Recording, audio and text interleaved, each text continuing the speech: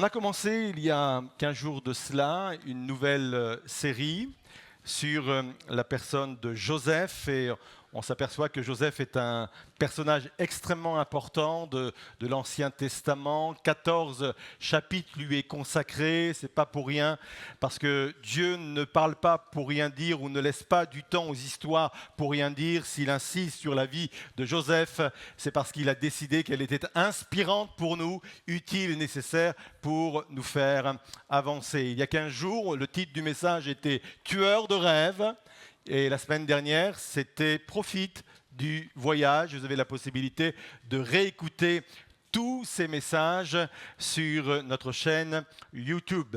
Aujourd'hui, le titre de mon message est le suivant : « Ta destinée n'est pas garantie ». Et là, vous vous dites, mais pourquoi vous êtes méchant avec nous, pasteur ? Qu'est-ce qu'on vous a fait pour nous jeter au visage cette affirmation ? Ta destinée n'est pas garantie. Pourquoi ce titre ? Ce titre fait d'abord allusion à une phrase qui a été dite au cours du dernier message et qui a été relevée par Myriam lors de notre émission LM en question. Et cette phrase était la suivante, que notre destinée est une possibilité, mais pas une garantie. Je le répète, notre destinée, celle que Dieu a déposée sur chacune de nos vies, est une possibilité, mais jamais une garantie. Pourquoi ? Si dans l'équation, il n'y avait que Dieu, le problème serait réglé. Dieu tient ses promesses et Dieu accomplit ce qu'il dit. Sauf que dans l'équation, il y a deux personnes supplémentaires. La première personne, c'est moi. Et par mes choix, par mes comportements, je peux altérer la vision, l'appel, la destinée que Dieu a déposée sur ma vie. Et le deuxième intervenant aussi dans l'équation, c'est celui que la Bible appelle le tentateur. Vous savez que le diable a plusieurs noms dans la Bible et parmi tous ces noms, il y a celui-ci, le tentateur. Le tentateur, c'est le tueur numéro 1 de mes rêves. C'est le serial killer des rêves. Il faut bien l'entendre. Et là, nous touchons au but principal de la tentation, qui est de nous faire sortir de notre trajectoire. Et voilà d'ailleurs la définition que je vous propose. C'est la suivante, la définition de ce qu'est la tentation. La tentation, c'est quand le diable me suggère quelque chose de très agréable dans le but de me détourner de ma destinée. Qu'est-ce que vous en pensez ? On est à peu près dans le vrai, là ? Le but, c'est vraiment cela, de nous détourner. La tentation est là pour nous détourner de notre destinée. Et c'est la raison pour laquelle Joseph, dans la partie de l'histoire qu'on va voir aujourd'hui, va être tenté. Il est trop près de sa destinée. Il est dans la maison de Potiphar. Et Potiphar, ce n'est pas un nom de famille, contrairement à ce qu'on pourrait croire. Potiphar, c'est une position. C'est un titre qui veut dire l'homme de Pharaon. Et on l'a vu la semaine dernière que Dieu est capable de nous faire passer par des escaliers inversés. Et on s'est aperçu que Joseph, plus il descend l'escalier, plus il descend au plus profond de son histoire, plus il se rapproche de sa destinée, plus il se rapproche de Pharaon, parce que Pharaon, c'est l'homme clé de sa destinée, puisqu'il va devenir son bras droit. Vous êtes toujours là ? Et là, Joseph se rapproche dangereusement de Pharaon. Il est dans la maison de celui qui travaille pour Pharaon. Et l'adversaire de nos âmes, le tentateur, qui, lui, n'a pas l'omniscience, pressent des choses. Il se dit, là, ça commence à chauffer pour mon royaume. Il faut que j'arrête cet homme dans son parcours vers sa destinée. Et c'est la raison pour laquelle il y a dans l'histoire de Joseph cette rencontre avec Madame Potiphar, qui en réalité n'est pas son nom, on est d'accord, puisque c'était le titre de son mari. Genèse 39, verset 7, il est dit ceci. Joseph était un bel homme ayant un beau visage. Dites à votre voisin, tu ressembles à Joseph.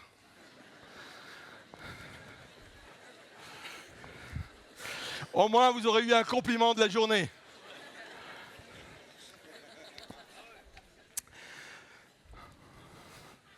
Verset 7, on va revenir à la réalité là, vous allez voir. Après ces événements, la femme de son maître porta les yeux sur lui et lui dit « Couche avec moi ». Ça a au moins le mérite d'être clair, d'être direct. Mais il refusa et dit à la femme de son maître « Mais mon maître ne me demande compte de rien dans la maison. Il m'a confié tous ses biens. Lui-même n'a pas plus d'autorité que moi ici et il ne m'a rien interdit, excepté toi, parce que tu es sa femme. Comment commettrais-je un acte aussi mauvais et pécherais-je contre Dieu ? Verset 10. Jour après jour, elle revenait à la charge. Mais Joseph ne voulait pas l'écouter, refusant de coucher à côté d'elle et d'être avec elle. Un certain jour, Joseph était entré dans la maison pour faire son travail. Aucun domestique ne se trouvait là. Alors, elle l'agrippa par son vêtement en disant « Couche avec moi ». Mais il lui abandonna son vêtement entre les mains et s'enfuit dehors. Combien sont d'accord pour dire que cela visait à le détourner de sa destinée ? Et on va commencer par voir maintenant deux choses que nous devons savoir sur la tentation.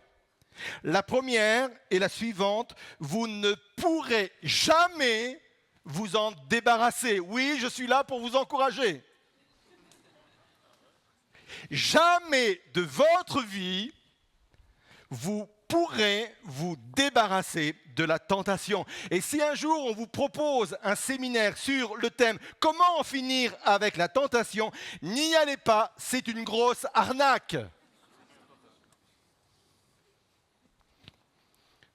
Ou si vous avez en face de vous quelqu'un qui vous dit « Moi, je suis tellement élevé dans ma vie chrétienne que j'en ai fini avec la tentation ». Vous pouvez lui dire en face « Mytho ». Et vous pouvez même lui dire que c'est de ma part.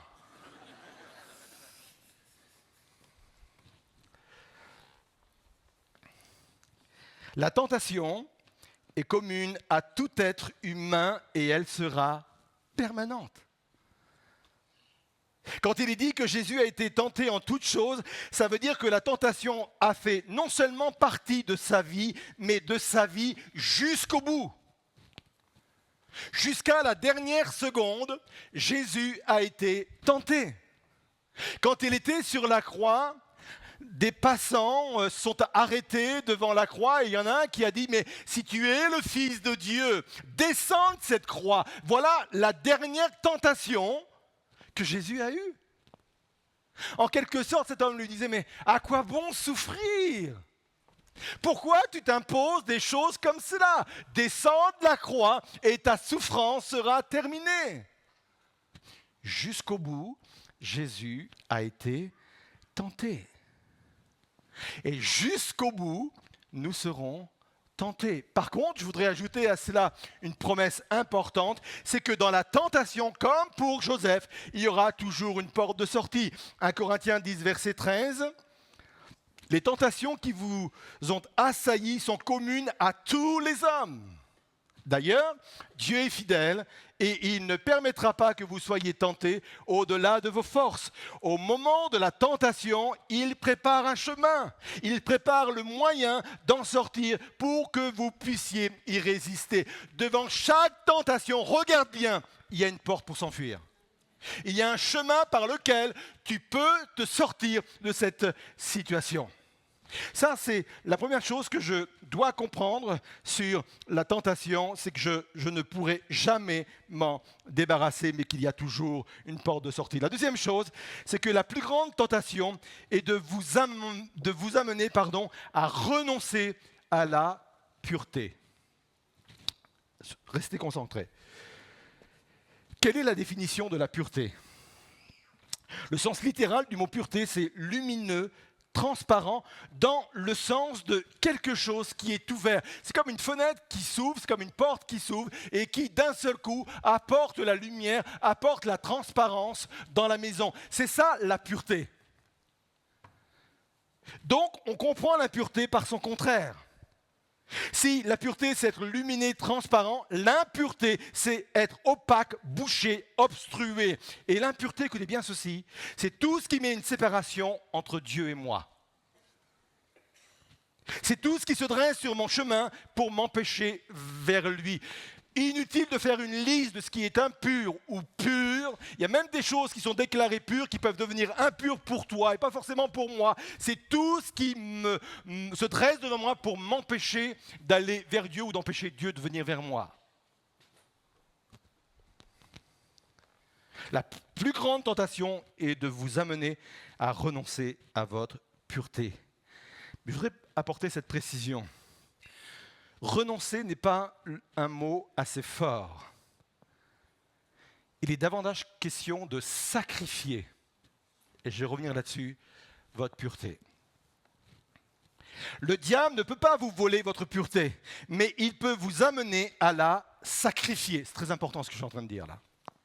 Vous vous souvenez quand Jésus, dans sa prière, s'adressant à son Père, il est avec ses disciples, il va dire ceci: « Mon Père, qui me les a donnés, parlant de ses disciples, est plus grand que tous, et personne ne peut arracher qui que ce soit de la main de mon Père. » C'est une vérité qui demeure aujourd'hui. Jésus est en train de dire, je confie mes disciples au creux, je les mets au creux de la main de mon Père. Et j'affirme que personne ne peut voler ce qu'il y a dans la main de mon Père. Non seulement les personnes, mais les promesses qui les accompagnent, les appels qui les accompagnent, les ministères qui les accompagnent. Personne, absolument personne ne peut voler ce qu'il y a dans la main de mon Père. Ça, c'est une réalité. Sauf que je peux moi-même les sacrifier. Et je m'explique. Le plus bel exemple qu'on trouve dans la parole de Dieu, c'est celui d'Ésaü. Et Ésaü avait un droit d'aînesse que personne ne pouvait lui voler. La loi familiale lui donnait cette prérogative d'avoir le droit d'aînesse. Ça veut dire qu'il avait double part par rapport aux autres frères et en plus, il jouissait d'une autorité sur toute la famille. C'était un droit que personne ne pouvait remettre en cause. Personne ne pouvait lui voler ce droit-là. Et un jour, animé par un besoin d'assouvir un instinct naturel. Il a eu faim. Et il va être capable de sacrifier.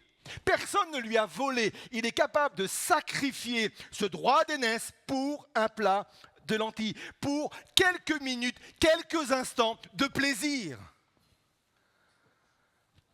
Et là, on touche à un phénomène, un processus qui est régulier dans la tentation. Ne dites jamais « le diable m'a volé ceci » ou « le diable m'a volé cela », mais vous devez dire « j'ai sacrifié cela ou ceci » pour peut-être assouvir des besoins qui peut-être peuvent être naturels. Mais je l'ai sacrifié. Et bien sûr, quand je sacrifie, le tentateur prend, me le retire. Alors, quand je comprends cela, je me pose une autre question. Qu'est-ce qui nous permettra de vaincre la tentation? Et j'ai deux réponses. La première, ce n'est pas par un non au diable que nous triomphons, mais c'est par un oui à Christ. Très important, je répète. Ce n'est pas par un non au diable que nous triomphons, mais c'est par un oui à Christ. Quand je regarde l'histoire de Joseph, dans la première partie de son histoire, le nom de Dieu est complètement absent. Vous pourrez relire le chapitre qui le concerne, quand il a ses rêves, quand il en discute avec ses frères, ses parents, quand il va voir ses frères pour prendre des nouvelles et quand il est jeté au fond du puits. Vous regarderez bien dans toute cette histoire, cette partie de l'histoire de Joseph, le nom de Dieu est absent. Et le nom de Dieu apparaît uniquement quand il se retrouve dans la maison de Potiphar, où à plusieurs reprises, il est dit « Dieu était avec Joseph ». C'est la première fois que le nom de Dieu, le nom de Yahvé, est cité et nommé. Et ça en dit long sur l'attitude de Joseph à l'égard de Dieu. Je m'explique. Je pense que dans cette période-là, où il a passé 10 ans dans la maison de Potiphar, c'est une période, c'est une saison de la vie de Joseph où il n'a jamais été autant ou aussi près de Dieu que dans tout le reste de sa vie. Pourquoi je peux dire ça? Parce qu'il y a un principe incontournable dans la parole de Dieu que Jacques décrit dans son épître en disant « Approchez-vous de Dieu et Dieu s'approchera de vous ». Ça veut dire quoi? Si Dieu est proche de vous, c'est parce qu'au préalable, vous vous êtes approché de Dieu. Si Dieu est avec vous, comme cela a été répété à plusieurs reprises concernant Joseph, c'est parce que Joseph avait décidé d'être avec Dieu. Et c'est parce qu'il a décidé d'être avec Dieu qu'il a pu vaincre l'ennemi de son âme, le tentateur. Focalisez plutôt sur Jésus que sur nos combats, nos échecs, nos tentations. Et il y a un texte qui vient étayer cela dans Hébreux 12, verset 1, où il est dit ceci, « C'est pourquoi nous aussi, nous sommes entourés d'une si grande nuée de témoins.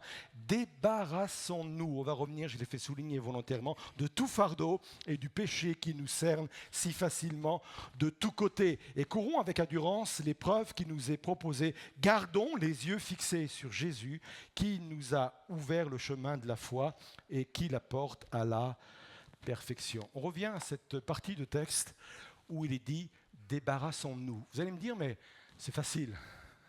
S'il suffisait de le dire, il y a longtemps que je serais parti loin dans ce que Dieu a prévu pour ma vie. En fin de compte, le mot « déposer », le verbe « déposer » a un sens très intéressant dans son sens original. En fin de compte, il veut dire littéralement « prends-le et pose-le au loin ». Ça veut dire ne focalise plus ton intention sur lui. Arrête de penser qu'à cela. Arrête de ne parler que de tes combats. Arrête de ne parler que de tes tentations. Arrête de ne parler que de tes échecs. Arrête de ne parler que du diable. Arrête de parler de tout cela. Ne focalise pas sur lui ou sur eux, mais focalise sur Jésus. Et c'est en focalisant sur Jésus, comme Joseph, qui a pris le temps de se rapprocher de Dieu, de développer une relation avec Dieu. C'est à partir de ce moment-là que je vais pouvoir dire non au diable. Il faut que je dise oui à Christ pour pouvoir dire ah non. Et ça mériterait des applaudissements. N'attendez pas que je vous le dise. Vous êtes avec moi? D'accord.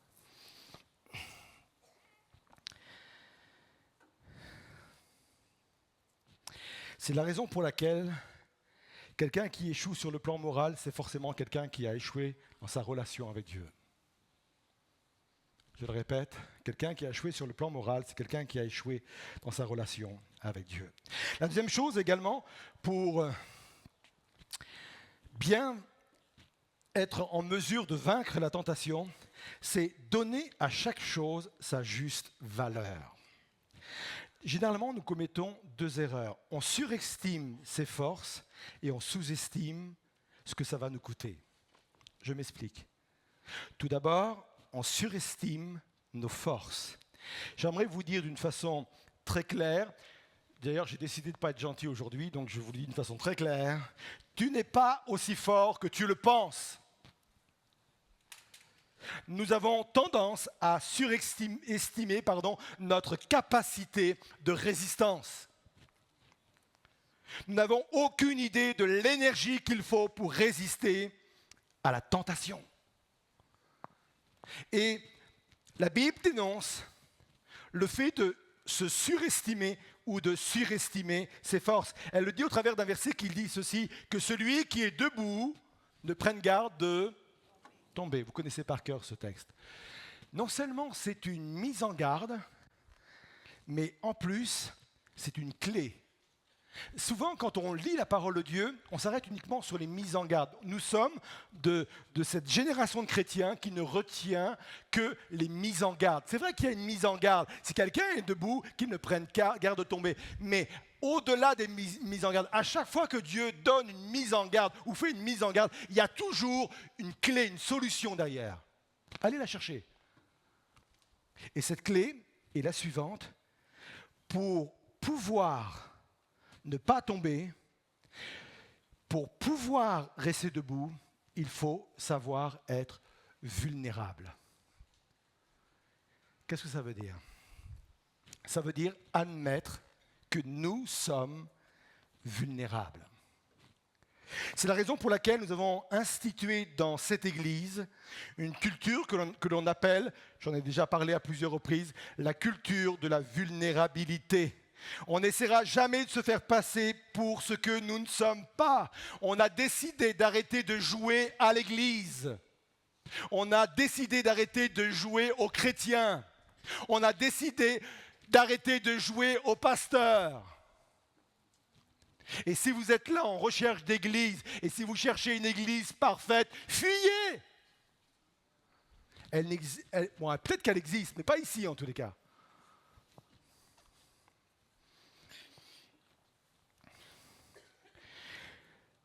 La culture de vulnérabilité consiste à réaliser que nous sommes tous confiants que notre nature humaine peut nous jouer des tours. On ne se fait plus d'illusions sur notre nature humaine. Et même si Christ a créé en nous une nouvelle nature, à côté de cette nouvelle nature cohabite notre ancienne nature. Et on ne se fait plus d'illusions sur cette ancienne nature. Et nous savons qu'elle peut nous jouer des tours. Et quand on met en place cette culture de la vulnérabilité, ça libère la parole. Et quand on libère la parole, il y a des choses qui peuvent se régler. Moi, je bénis le Seigneur que dans cette Église, des personnes et même des leaders ont la liberté de venir nous voir, de frapper à la porte de nos bureaux pour nous parler de leurs combats et même pour nous parler de leurs échecs.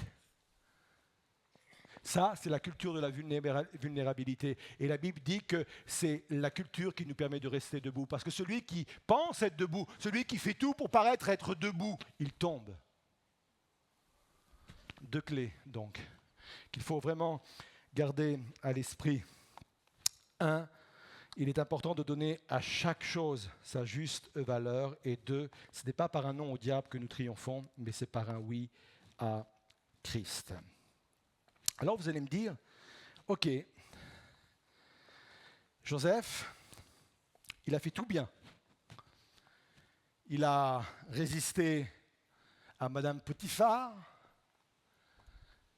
il s'est enfui, il a trouvé la porte de sortie que Dieu lui montrait, il a couru sur le chemin qui était devant lui. La femme l'a retenu par le vêtement, il a laissé son vêtement, il a laissé son manteau et il s'est enfui. Et pourtant, malgré cela, il s'est retrouvé en prison. À quoi ça sert alors? À quoi ça sert?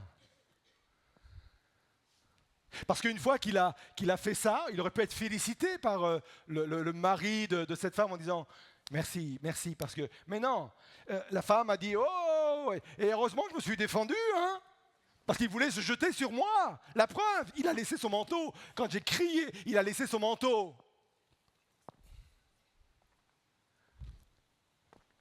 Et il a été viré. Et non seulement viré, mais on l'a jeté en prison. Injustement. Et là, il y a une autre leçon qui se dégage de l'histoire de Joseph. Écoutez bien ceci, peut-être qu'on n'y pense pas à ça. Quand un lieu de bénédiction devient tueur de rêves.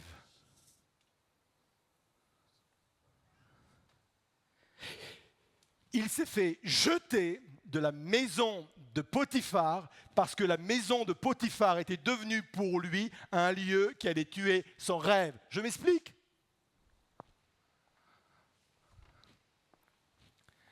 Il était bien chez Potiphar. Hein. Il était très bien. Il allait, il venait dans la maison, il faisait ce qu'il voulait. Hein. En plus, tout lui réussissait. Tout. Les affaires prospéraient dans ses mains, les choses allaient bien, hein, étaient bien.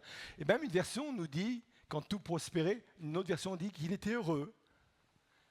Il avait trouvé son endroit, il avait trouvé son accomplissement, il avait... ouais, c'était bien, quoi. Il était bien, là. Pendant 10 ans, il était bien. Et il aurait pu se contenter de cette réussite. Et c'est un piège. Dieu va le chasser de ce lieu de bénédiction pour qu'il puisse poursuivre son rêve.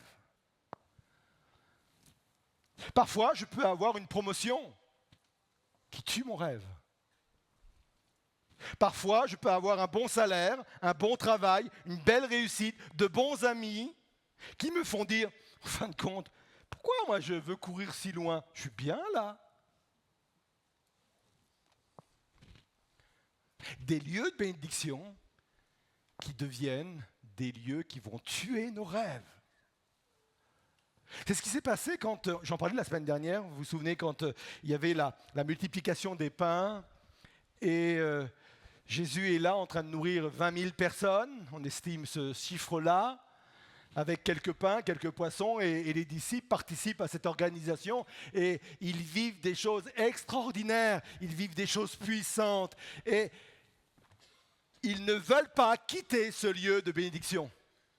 Qu'est-ce qui m'oblige ou qu'est-ce qui me pousse à dire cela? Parce qu'à un moment donné, il est dit que Jésus les a obligés à monter dans la barque et à traverser la mer. Et le sens même d'obliger, le sens littéral du mot obligé ici, c'est qu'il les a forcés, il les a contraints avec menace. Vous allez monter dedans.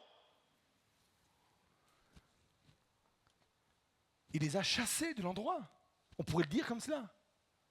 Moi, je m'imagine quand même, ils viennent de vivre, mais je ne sais pas, des heures et des heures de bénédiction. C'était le ciel sur la terre. Et Jésus a commencé par enseigner la foule, et c'était puissant ce qu'il venait de partager, de leur dire. Et puis à un moment donné, il les met à l'épreuve, donnez-leur vous-même à manger. Mais on n'a rien, Seigneur, juste quelques pains, quelques poissons, juste pour nous 12 peut-être, mais pas plus. Et rien, et le Seigneur fait un miracle extraordinaire. Et là, pendant des heures, il nourrit la foule, et c'est vraiment magnifique et extraordinaire. Et moi, je me mets à la place des disciples. Je dis, moi, ici, là, je vais bâtir mon église, moi. Waouh, vous allez voir, de ce lieu-là, je vais faire quelque chose de grand, quelque chose de bon. Ouais, Seigneur, on reste là, hein, c'est magnifique. Le Seigneur, il dit, moi, je vous chasse de cet endroit-là. C'est l'idée, hein. Je vous chasse de cet endroit-là. Je vous oblige à monter dans la barque. Je vous force même, avec des menaces, de monter dans la barque et d'aller ailleurs. Je pense que c'est ce qui s'est passé avec Joseph. Joseph a été chassé de la maison de Potiphar par Dieu lui-même au travers de cette injustice, parce que s'il était resté là, il se serait dit, moi je veux finir mes jours là, alors que Dieu avait une autre destinée. Et c'est intéressant parce que Joseph, en fin de compte, c'est une typologie aussi de ce que va devenir le peuple d'Israël. Et Dieu a souvent fait la même chose pour le peuple d'Israël. Je veux simplement lire un texte devant vous dans Jérémie 16, verset 16, où il est dit ceci, et c'est Dieu qui parle à son peuple, « J'enverrai des chasseurs en grand nombre, et ils les chasseront sur toutes les montagnes, sur toutes les collines, et dans les fentes des rochers. » Et le contexte est très intéressant, parce que quand on met ce texte-là dans le contexte du retour du peuple d'Israël sur sa propre terre, vous savez, quand le peuple d'Israël était dans les nations, Dieu les bénissait. Hein. Je pense qu'on est tous d'accord qu'il y avait une grâce particulière. Il y a une grâce particulière sur le peuple juif, ne serait-ce que dans les affaires. Dieu a fait prospérer dans les nations les Juifs. Et ils auraient pu dire, mais nous on est bien. Pourquoi accomplir la promesse d'Abraham? Je ne suis pas en train de faire de la politique là, je fais de la théologie là. Hein. Pourquoi accomplir la promesse d'Abraham? Pourquoi aller dans ce pays de Canaan qui nous a été promis? Mais nous on est bien dans les nations. Et Dieu est en train de leur dire, ce lieu de bénédiction va vous empêcher de rentrer pleinement dans vos appels, dans ce que j'ai mis sur votre peuple, votre nation. Je vais vous chasser. Et quand on regarde l'histoire du peuple d'Israël dans les nations, je pense que quand Dieu dit « j'ai mis des chasseurs en grand nombre, ils vous chasseront », etc. Je pense que même là, le sens littéraire est un peu faible. Parce qu'ils ont été persécutés. Obligés à quitter le lieu où ils étaient pour aller rentrer pleinement dans la promesse qui avait été faite à Abraham et que eux-mêmes, de génération en génération, devaient accomplir. Vous me suivez? Ça veut dire que, et je vais terminer avec ça, je vais conclure avec ça, ça veut dire que même mes lieux de bénédiction peuvent être des lieux qui vont tuer mes rêves. Et c'est la raison pour laquelle il faut être vraiment très sensible à ce que Dieu veut nous dire ce matin. Je voudrais vous inviter à vous lever à votre place. On reste encore quelques instants. Ma conclusion va être un point que j'ai zappé dans ma prédication de ce matin quand je vous ai parlé qu'il était important une part, ne pas surestimer nos forces, mais ne pas sous-estimer également ce que cela peut nous coûter. Je pense que l'adversaire de nos âmes est capable de nous amener à sous-estimer le coût de se laisser aller à la tentation. C'est un peu comme Samson qui, à un moment donné de son histoire, a dit « Wow, je m'en sortirai comme les autres fois. » Ouais, ça va bien se passer. Ça va bien se passer. Je m'en sortirai comme les autres fois. Et non seulement il ne faut pas surestimer ses capacités, ses forces, mais il ne faut pas sous-estimer le coût aussi de céder à la tentation. Et le diable viendra toujours sous-estimer le coût de succomber à la tentation. Il me dira, c'est pas bien grave. Franchement, il n'y aura pas grandes conséquences. Et puis tu sais, personne ne le saura. Personne. S'il y a quelque chose que vous devez retenir sur ce point-là, c'est que le diable ne tient jamais ses promesses. Jamais. La tradition juive dit ceci, je vous le donne comme une information. La tradition juive dit ceci, que quand Joseph est entré dans la chambre de la femme de Potiphar, la tradition juive dit qu'il aurait eu comme l'image de son père. Et peu importe si c'est la tradition, il y a au travers de cela une vérité importante. En quelque sorte, il s'est dit, mais waouh, je mesure ce que ça pourrait me coûter si j'allais au bout de cette démarche.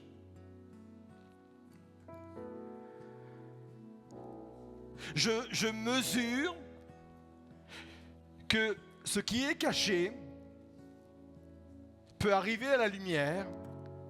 Et si ça arrive à la lumière, si mon péché est découvert, wow, quel impact sur mes proches.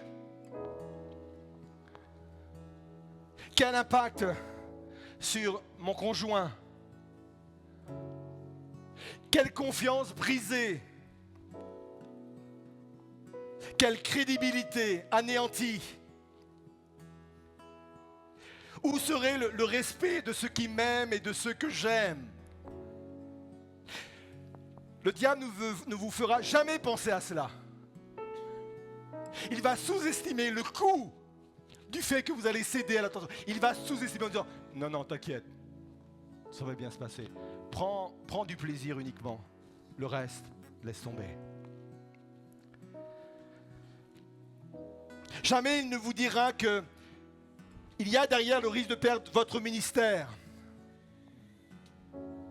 de dévier de votre destinée. Combien de fois j'ai pensé, je me disais, mais Seigneur, garde-moi.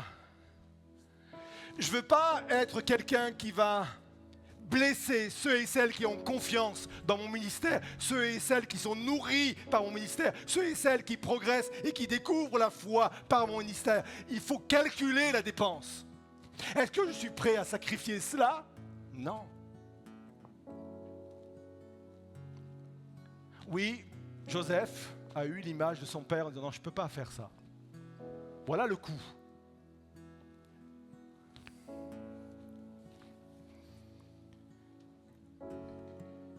Je crois que ce matin, nous avons assez d'éléments devant nous pour nous positionner par rapport à ce que nous venons d'entendre. Et pendant que le groupe de chant va chanter un chant qui affirme que Dieu a déposé des rêves dans nos cœurs, et le fait de réaffirmer qu'il y a des rêves et qu'ils sont faits pour être accomplis, néanmoins, je veux ne pas sous-estimer ma capacité moi-même à détruire ces rêves et surtout celle du tentateur à venir m'exclure de cette trajectoire qui me conduit vers la destinée que Dieu a prévue pour mon cœur. Et pendant qu'ils vont chanter ce chant, s'il y a des personnes ce matin, et peut-être que c'est un appel qui demande plus de courage que d'habitude, s'il y a des personnes ce matin qui veulent protéger leurs rêves, qui veulent dire à Dieu, et c'est ça la culture de l'authenticité, de la vulnérabilité. Si quelqu'un veut dire, Seigneur, je suis trop conscient de l'importance des choses que tu as déposées sur ma vie. J'ai besoin de ta grâce pour que tu viennes protéger en moi, Seigneur, ces rêves. Approchez-vous sur le devant. Je priais avec vous, je vais prier pour vous. Si quelqu'un réalise qu'il a fait des choix aujourd'hui qui l'a fait dévier de ses rêves et qui ressent au fond de son cœur le besoin de revenir, de se recentrer sur sa destinée, sur son appel, venez sur le devant. S'il y a des personnes ce matin qui aujourd'hui focalisent uniquement sur leurs combats, sur leurs échecs, sur leurs défaites, sur l'ennemi de leur âme, sur le tentateur, sur la tentation, et qui ont besoin de prendre ça et de le poser ailleurs, et de focaliser sur Christ tout à nouveau pour rétablir une relation nouvelle avec Christ, venez sur le devant. Je crois qu'il y a des temps de positionnement qui sont importants. Il y a des moments de courage qui sont importants. Alors on va réaffirmer que Dieu a déposé sur vos vies des rêves. Et ce matin, je veux protéger le rêve. Je veux protéger la promesse. Je veux protéger l'appel qu'il y a sur ma vie. Je veux protéger tout cela. Et je viens dans une attitude d'authenticité devant toi, Seigneur.